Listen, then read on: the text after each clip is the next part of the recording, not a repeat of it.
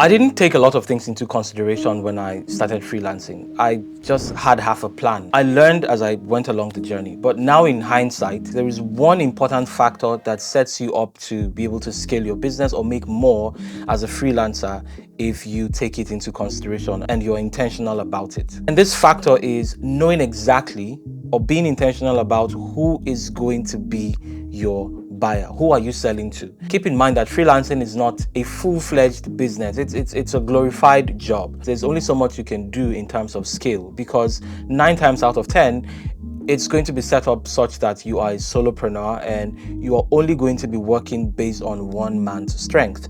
The only other way that you can scale when it comes to freelancing is when you set up your business like an agency where it's not just only you, you are employing other freelancers or other people into your business so that you can now leverage other people's time and expertise and strengths and everything to make more and split the revenue and stuff.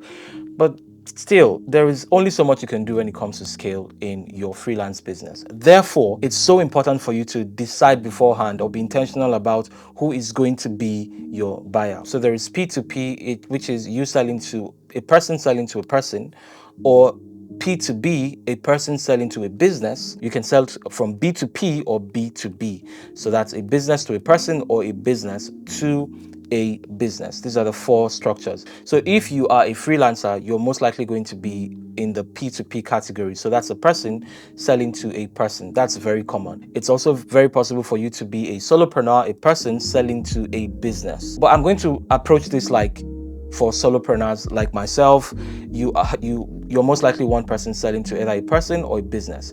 The factor that allows you to make more is when you're selling to or you're in a niche or a space where there's a higher chance or a likelihood of you selling your services to a business rather than a person, because businesses will pay you way more than a person would. It's just the nature of business. So I give you an instance. I'm a singer, songwriter, and music producer, and naturally, because of that space, it's very common for me to work with persons. So I giving my services out to other persons, and there's a common phrase in the music space where artists are often referred to as starving artists. So that even makes it worse because a lot of times you're working with up and coming artists who are low on budget. They're trying to find free beats on YouTube that they will record to and post on TikTok and hopefully go viral.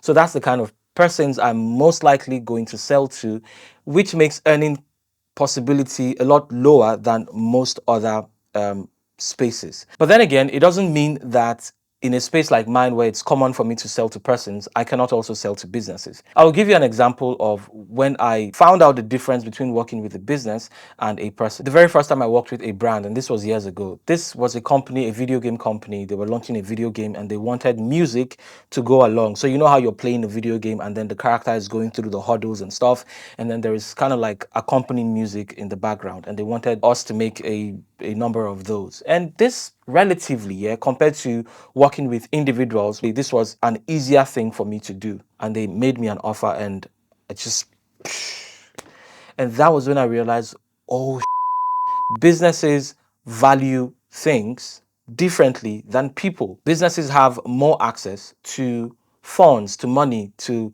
run campaigns and projects and things. So if you want to make more in your freelance business going forward, because you struggle with scale in terms of physical strength and time, you're limited in how much you can do as a person, how much time you have to do the thing, and all the other things. The one big place where you can leverage to scale your freelance business is to set up your business, to find a way to work with brands. For instance, right now I work with some recording companies where I write songs for the artists, and they pay me vastly different from when I am writing songs for an artist, an indie artist who is pulling themselves by the bootstrap and paying me from their own paycheck from their job.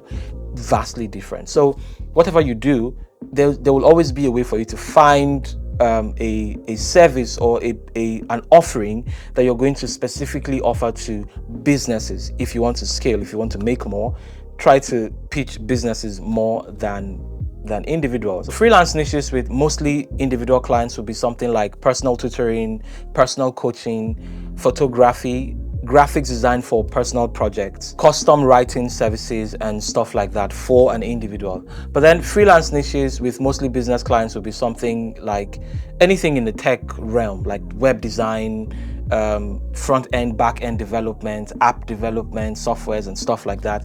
You're most likely going to be doing stuff for businesses. There is digital marketing, business consulting, creating corporate videos, for ads and stuff. So if you're a video editor, you create ad creatives for brands.